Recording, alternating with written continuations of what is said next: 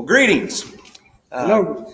This is my oral history interview for World History 375 B01 for Professor Rob Ritchie. Today is Friday, June the 28th. My name is Jonathan Thomas. I'm here today with my good friend, Mr. Bob Bowling. Bob is a combat Vietnam War veteran, and I'm going to interview him today to get his thoughts and perspectives about the war, about American society, culture, and things that he experienced during those times.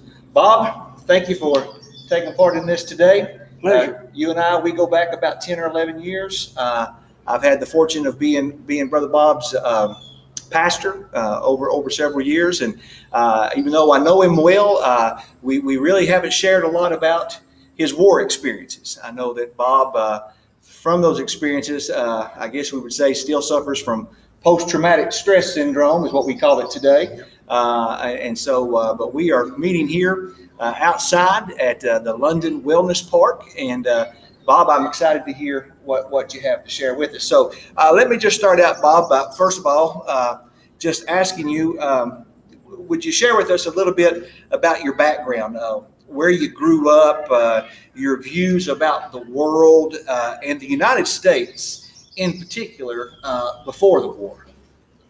Well, I was born here in London, raised here until I was 18 years old and went to Somerset Vocational School to get a trade. And I ended up being a printer. Went from there to being a teacher in graphic communications in Western Kentucky. I was raised on a small farm. Of course, we worked hard, but we loved a lot, laughed a lot, had a good time. I was raised with very strong views about our country and how great our country was. And so I grew up being patriotic. When I got to be 19, I decided to go into the military. They were drafting at that time, but I didn't wait for that. I went and volunteered for the draft, which is a whole lot like being drafted because I only had to spend 2 years rather than 4. But when we first went in, I got trained in helicopter maintenance and rescue and radio teletype. When I went to Vietnam, I went over as a radio teletype operator. And they had plenty of those over there. So I ended up volunteering to be a door gunner on the HIWD. And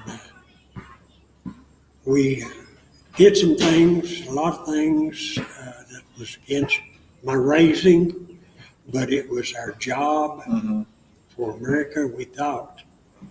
And so, we did it. Right. Now, you say you were raised to be very patriotic. Was that just like a nationalism? How did you feel about the government in particular at that time, before the war? I felt pretty good with the government. It's, ifs and ands in it. But overall, You trusted the government that they had their citizens' best concerns at heart. Right. Okay. Thank you, Bob. Now, you shared with us that you were that you enlisted for the draft. You were 19 years old.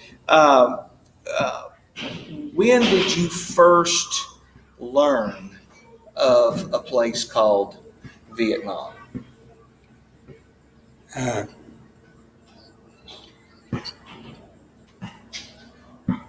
mind went totally blank, Brother David. That's okay. Growing up, I'd never heard of Vietnam. And I guess it was around, I was about before we went to the Army. We found out about it And when the recruiter talked to us about it, because we might have to go, all of you aren't, but possibility or probability, some of you will go. Yeah. So he explained a little bit about Vietnam and that, So basically, you were pretty ignorant of this area, this location, what was going on in the world at that time, just kind of living your life in the country. Yeah. Now you said you were 19. What year did you join the Army? In 68. 1960. And what year did you come home? 69. 69. Okay. All right. Then,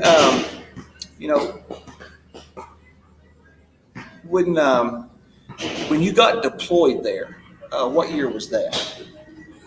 68, November, I guess, 68. Okay. Now, do you remember what your first impressions were of Vietnam, the lay of the land compared to home, and how the Vietnamese people were in general? Yeah, it had a pretty good, we wasn't expected to be like America, and certainly not like Kentucky and the hills and all that. But it, at the first view, it was pretty. It's green, but it's jungle. We expected that. Yeah. And a lot of tall grass and stuff all along the riverbanks, ocean banks, I guess you'd say. But the people that met us there when we got in were very, very appreciative of us. They couldn't say enough or do enough good for us. Mm-hmm. They wanted to spit shine your boots all the time, wanted to, just do for you, just whatever they could. But that soon ended when the Viet Cong, or the Gooks, whatever you want to call them, started finding out about them. They killed them. Mm. So obviously the people quit Right. having anything to do with us. For their own safety. Yeah. So as you were there from 68 to 69, we hear a lot about the morale of the soldiers and things, and it was a difficult time, and I'm sure that it was. War is always difficult.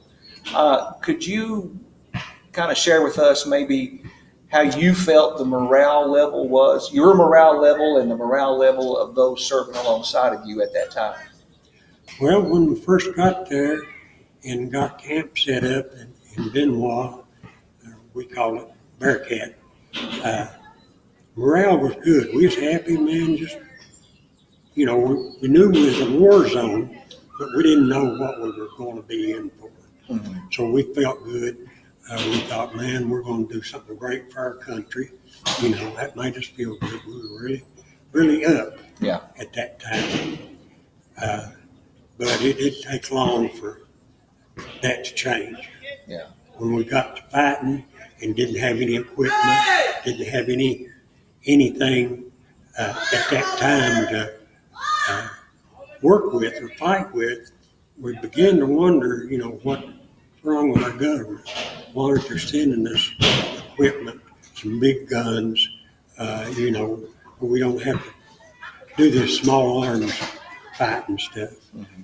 And the more we waited, the less disillusioned we come with our country, and our morale went down. I mean, real bad. Mm-hmm. Then we kept hearing the stories from that how American people were protested against us, didn't like us, didn't want us there. And so, all that combined just put us rock bottom. Right. Just rock bottom.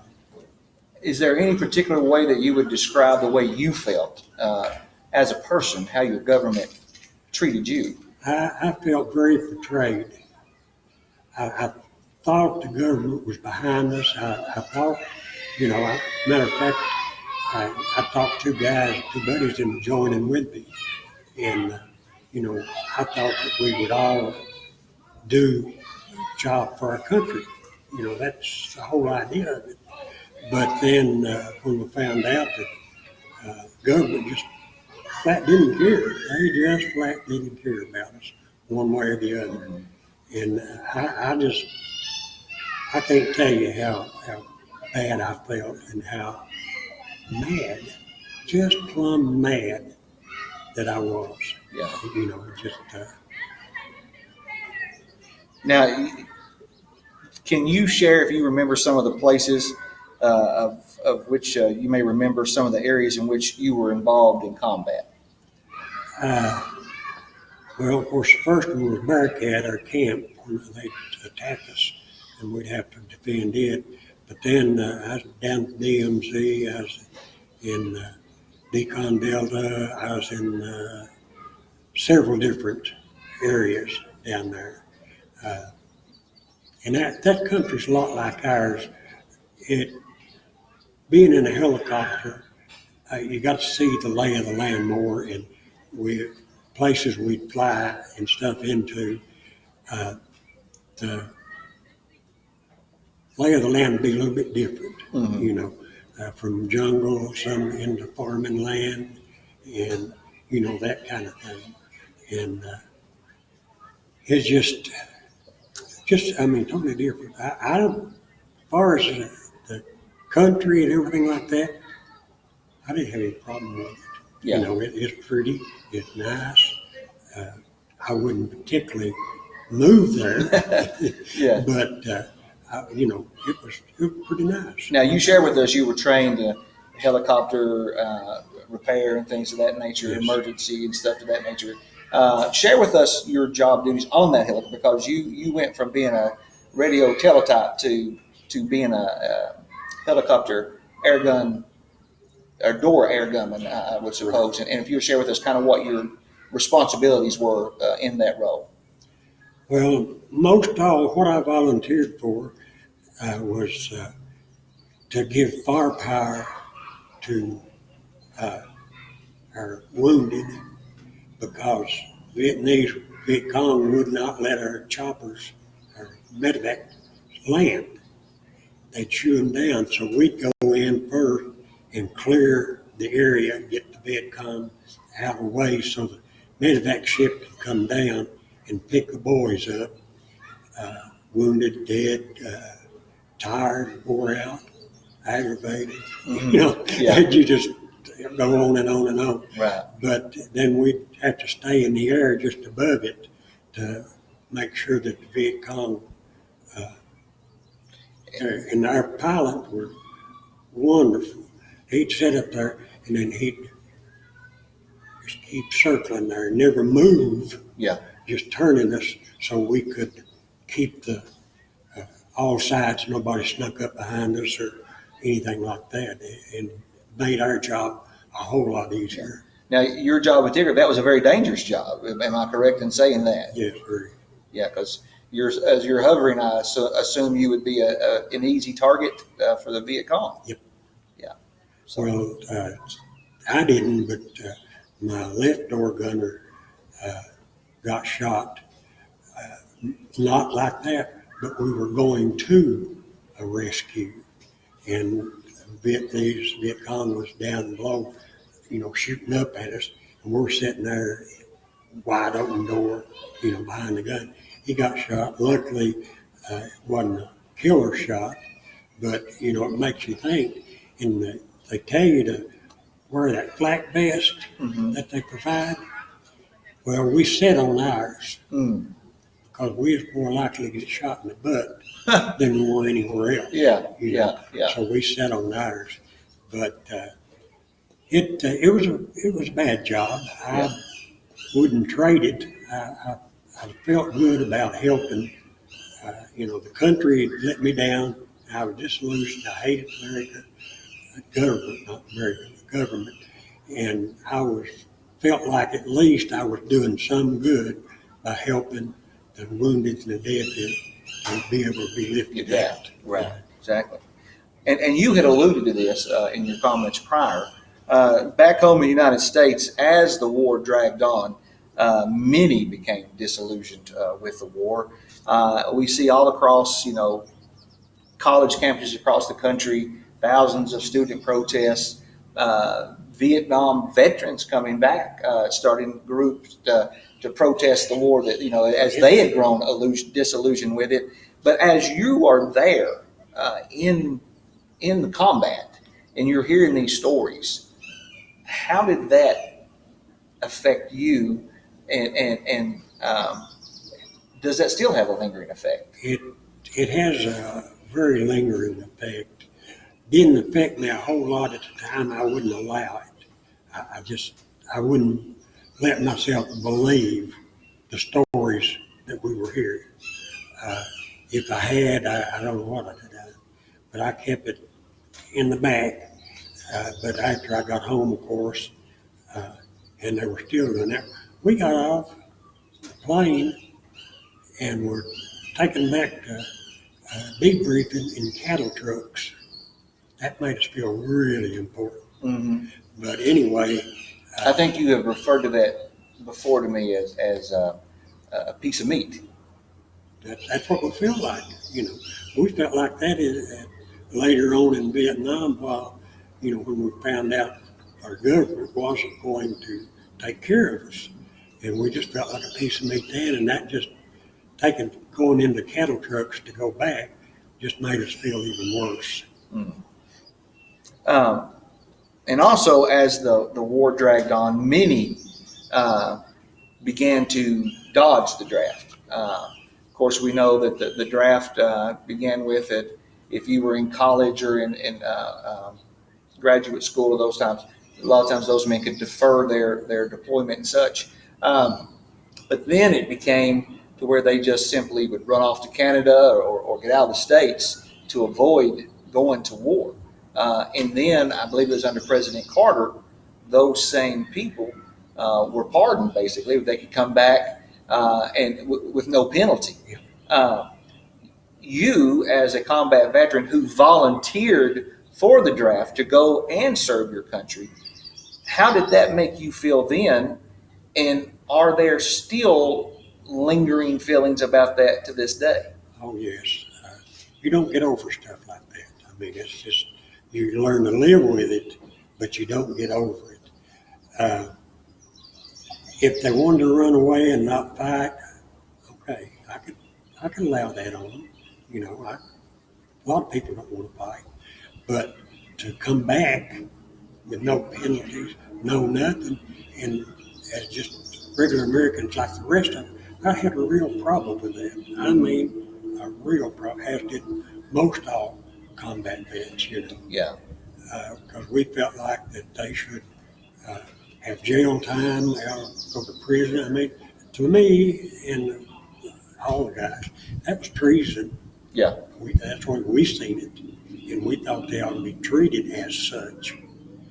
We really didn't think they ought to be allowed back in the United States and should be ripped of their citizenship. But of course, that wasn't going to happen. So I'm sure then that just added to your feeling of government didn't care a thing about me. Send me over there to fight, and then these guys don't have to, and they don't get off scot-free. I could have done that, but yet of course, I never give a thought anywhere along the line of doing anything like that. Because like I said, I was raised as a patron of the United States of America, and I loved America, and I loved life at that time. Yeah. It's hard, but it's good. Yeah, absolutely.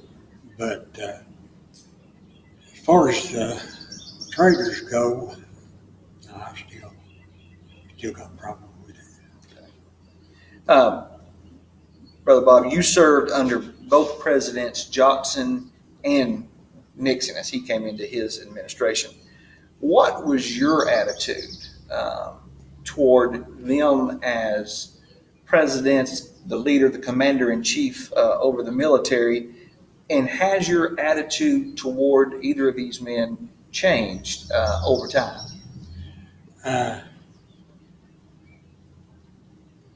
When I went to Nam, President was okay. I didn't have a problem with it. But as we got over Nam and seen what was going on, couldn't get any equipment, couldn't get anything. then I learned, and I hate to use this word, hate. Mm. You know, now since then I learned not to hate anybody, hate what they do maybe, but I still got bad feelings toward them. I don't like them. Wouldn't have anything to do with them if I had the chance. Yeah.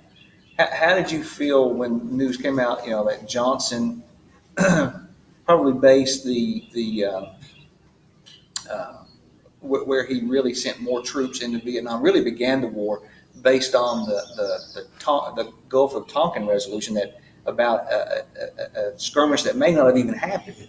And then with Nixon doing some of his secret wars in Cambodia, trying to win a war peacefully when he ran on a campaign of I'm going to get them out of there. How did that make you feel toward these men? Well, it made us feel real good when the news come down and he was going to bring the boys home, all of us, and we felt really good about that. That kind of lifted our morale somewhat. But then when it didn't happen, we was right back to the same thing. We could have cut his head off in a second, Yeah. But he did at least get us some equipment over there, some way of fighting, without having the hand-to-hand or small arms engagements. Okay. And Bob, this would be my last question that I have for you. For those like myself who were, I was born in 1974, so I'm on the very end of it, and I'm too young to remember.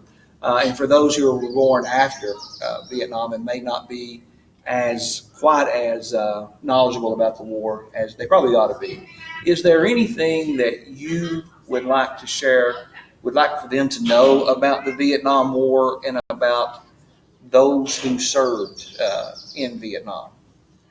I think they ought to, and not speaking of myself, but I think they ought to honor Vietnam veterans like they've never honored anybody before. Because when we come back, they hated us. They spit on us. You couldn't get a job. Vietnam vet was the lowest of low. And that went on for a long time. So now it's a lot better. I get quite a few people come up and say, thank you for your service, when they see my hat. I always wear my hat. So a lot of the young people, I'm surprised that the young people come up to me and say, thank you for your service. I appreciate it. And that is good. They're doing more for us now. We've at least got VA benefits. I got to go to Lexington, and that's the most awesome place you've ever seen. Everybody there just loves their vets, and they treat us like they ought to, Right. like we were humans. Right. So that helped me, and I'm sure some of the others, to feel better about the government. Of course, it wasn't like that when we first come home. 10 years, probably 20 years, the VA was pitiful. You couldn't get in, couldn't get done. Guys dying before they could get in to see their primary care or anybody like that, and we couldn't go outside the VA, so those times were really tough, and it didn't much let you get over your let down feeling. It just kind of added to it when you get back home. Yeah. And they don't care about you. I've got some real problems. I work with them every day. It's not easy. I still have flashbacks, not as bad as I did at one time. But I still do.